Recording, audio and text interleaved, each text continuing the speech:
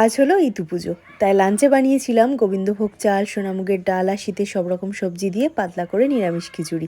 আর তার সাথে করেছিলাম সাবুর পাঁপড়। আর আগের দিন রাতে মেলা থেকে আনা কয়েকটা পাঁশকুড়ার চপ ছিল, ওটা ছেলে আর বর খিচুড়ি দিয়ে খেয়েছে। আর সন্ধেবেলা না আমাদের পাড়ায় পাড়ায় কয়েকটা বাচ্চা ছেলে সবজি বিক্রি করতে আসে, ওদের কাছ থেকে নিয়ে নিলাম একটু সবুজ শাকসবজি। যদিও এখন ফ্রিজে প্রচুর সবজি স্টক রয়েছে, তাও শীতকালের না ফ্রেশ শাকসবজি দেখলে আর ফেরাতে ইচ্ছা করে না। আর এখন ছেলের জন্য সন্ধ্যে টিফিনে বানাচ্ছি ফিরনি। গোবিন্দভোগ চাল একটু গুঁড়ো করে নিয়েছি, দুধের মধ্যে ফুটিয়ে একটু গুড় দিয়ে বানিয়েছি, আর শেষে দিয়ে দিলাম একটু কিশমিশ। তো এটা এখন ছেলেকে খাইয়ে দেব।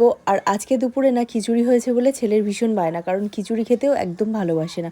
তাই বলেছে মাম্মাম আজকে আমার জন্য লুচি বানিয়ে দিতেই হবে। সেই তো আমার ইতু পুজোর উপোস রয়েছে, তাই আমার জন্য ভালোই হলো। আর লুচি খেতে কার না ভালো লাগে, আমার তো ভীষণ ভালো লাগে। তাই এখানে বানিয়ে নিলাম লুচি আর ফুলকপি আলু মটরশুঁটি দিয়ে একটা নিরামিষ তরকারি। এখন আমার ভীষণ খিদে পেয়ে গেছে, তাই আমি একটু লুচি নিয়ে খাচ্ছি। আর তোমরা এই ফাঁকে কমেন্ট করে ফেলো তোমাদের লুচি খেতে কার কার ভালো লাগে আর সাথে কোন তরকারি।